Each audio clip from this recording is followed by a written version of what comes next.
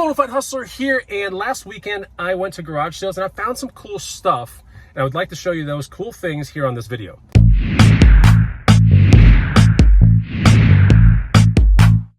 What's going on, guys and gals? Chris the Bonafide Hustler comes to you live from the inside of my micro spaceship and outside of the Round Rock Antique Mall, about to drop off one or two, maybe even three things from the garage sale haul from last week. So I figured I'd better open up this video now, because if I go home, then I wouldn't be able to show you maybe 2 to 3 items because they're going to this booth right now.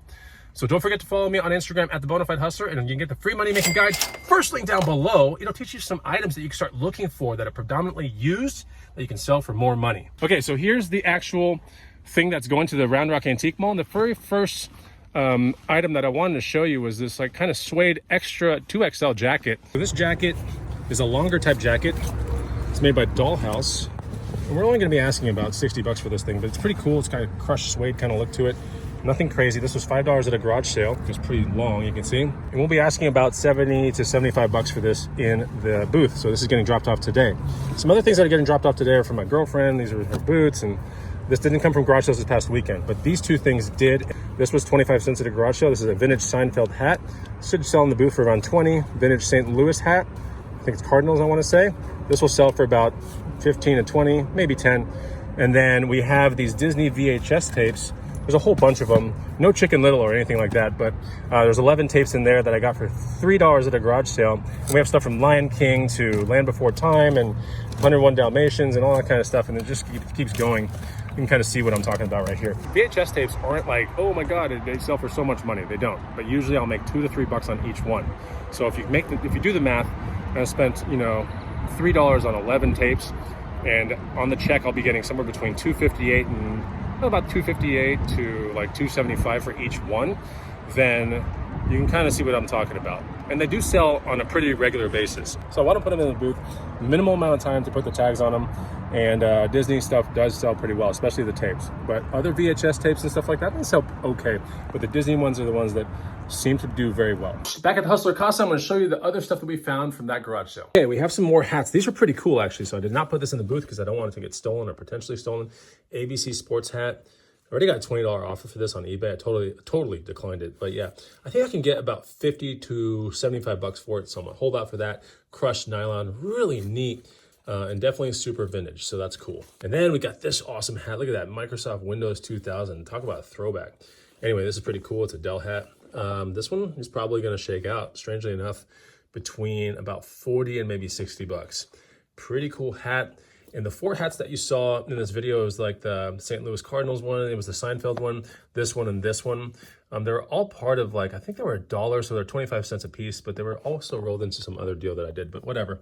If you want to get some pricing on like what I paid for these things. Interesting hats. And there was a whole bin full of these kind of things, but I picked the best ones out. I really like this one a lot. For $4, I got these Hoka Bondi 5s. I think they're Bondi 5s. It could be a higher one, but anyway, pretty nice. These are women's wides, so pretty cool, size 9. Pretty decent bottom, but you have to make sure that you always look really carefully. I still bought them even though they have a little missing lug. Not a huge deal.